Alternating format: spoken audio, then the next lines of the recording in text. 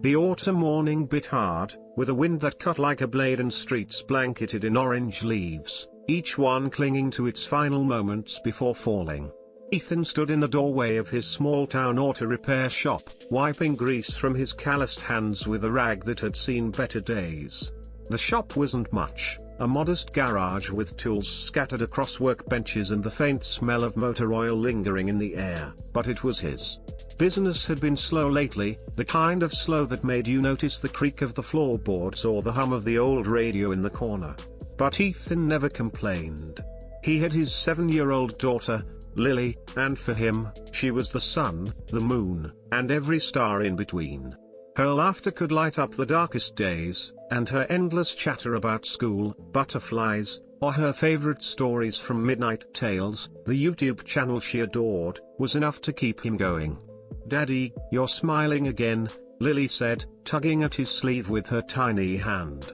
Her brown eyes sparkled under her messy braid, and Ethan couldn't help but chuckle. "Guess you're right, sweetheart. You always make me smile."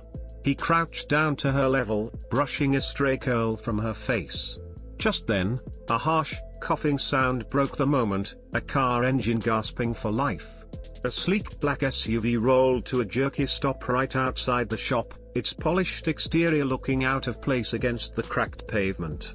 The driver stepped out, a woman in a sharp business suit, her heels clicking like gunfire as she hurried toward them. Her face told a story of exhaustion, with shadows under her eyes and a tightness in her jaw that spoke of too many late nights and not enough hope. "Please," she said, her voice breathless, "I think my car just gave up. I'm late for work, and honestly, it's been one of those weeks." Her hands fidgeted with the strap of her bag, and Ethan caught the faint tremble in her fingers. He offered a kind smile, the kind that came naturally to him. "You're in luck. This shop still believes in miracles." He gestured toward the SUV, popping the hood with the ease of someone who'd done it 1,000 times. Within minutes, his hands moved with practiced precision, replacing a worn belt, tightening loose bolts, and coaxing the engine back to a steady hum. It wasn't magic, but to the woman standing there, watching with wide eyes, it might as well have been. "How much do I owe you?" she asked, already reaching for her wallet. Ethan shook his head, wiping his hands on the rag.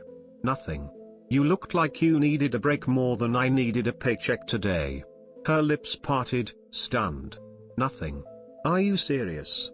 "Dead serious," he replied, his voice warm but firm. "Kindness doesn't cost a dime." For the first time that morning, her eyes softened, and a small smile broke through the tension on her face. "Thank you," she said, her voice quieter now, almost fragile. "I don't even know how to repay you." Before Ethan could wave off her gratitude, a small voice piped up from the garage door. "Daddy." Lily had crept closer, her sneakers scuffing the concrete. Her big brown eyes locked onto the stranger, and she tugged at Ethan's shirt before leaning in, whispering just loud enough for the woman to hear. "Daddy, she's my mom. Please marry her." The air froze. Ethan's heart skipped, his cheeks flushing a deep red. "Lily," he hissed, trying to shush her, "that's not how this works." But Lily, unfazed, stepped closer to the woman, who instinctively crouched down to her level. The woman's eyes glistened, caught off guard by the child's boldness. "You look like the mom I've been wishing for," Lily said, her voice carrying the pure, unfiltered honesty only a child could muster. "Daddy works so hard, and I know he's lonely, but when you smiled, it felt like family." The woman's lips trembled, and she blinked rapidly, fighting back tears. Her name was Claire, a corporate executive who'd been running on fumes for years. Divorce, endless boardroom battles, and long hours had hollowed her out, leaving her with a life that felt more like survival than living. She'd once dreamed of a family, of cozy evenings and laughter, but those dreams had slipped away, buried under deadlines and disappointment. Yet here, in a dusty garage, a little girl she'd just met had spoken words that cracked open the walls she'd built around her heart. Ethan tried to laugh it off, scratching the back of his neck awkwardly. "Kids say the darndest things, huh?" But Claire shook her head. her voice soft. Sometimes kids see what adults are too scared to. For a moment, the world stilled. Ethan met her gaze, and something unspoken passed between them, two souls, each carrying their own quiet loneliness, suddenly seeing a reflection in the other. The wind outside rustled the leaves, but inside, it felt like the beginning of something new. Claire drove off that day, her SUV purring smoothly, but she didn't stay gone. She found reasons to return. Sometimes her car made mysterious noises that needed checking.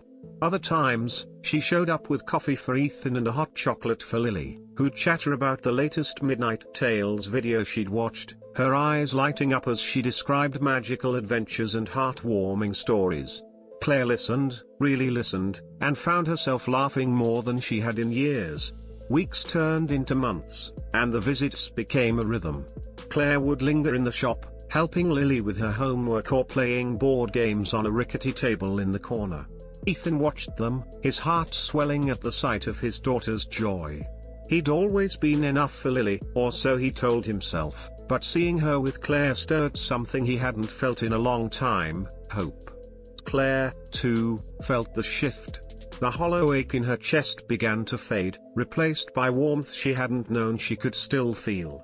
She started to notice the little things, the way Ethan's eyes crinkled when he smiled, the way Lily's laughter echoed like music, the way the shop felt more like home than her sleek apartment ever had. One evening, as the sun dipped below the horizon, painting the sky in hues of gold and pink, the three of them sat on the porch outside the shop. Lily was sprawled across a blanket, coloring a picture of a dragon she'd seen on MidnightTales, while Ethan and Claire sipped coffee from mismatched mugs. The air was cool, the kind of autumn evening that made you want to hold on to every moment. Ethan turned to Claire, his voice low but steady.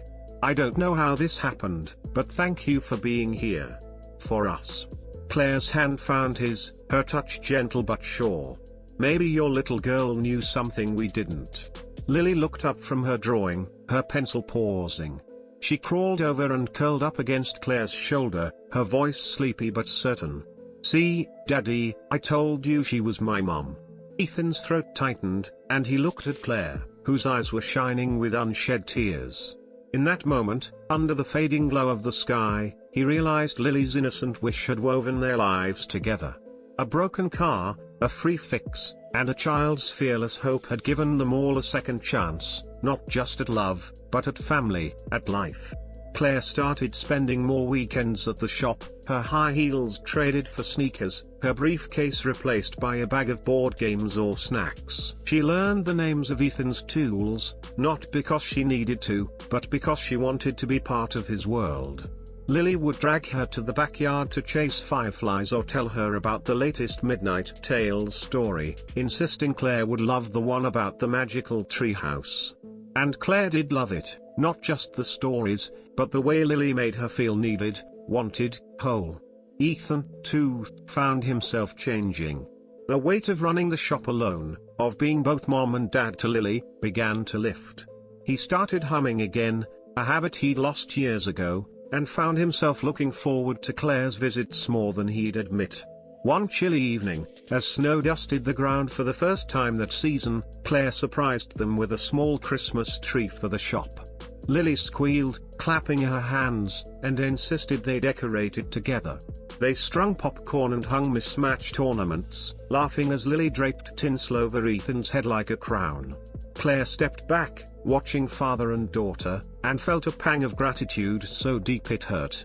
She'd spent years chasing success, only to find that happiness was here, in a small-town garage with a man who fixed cars for free and a girl who believed in miracles.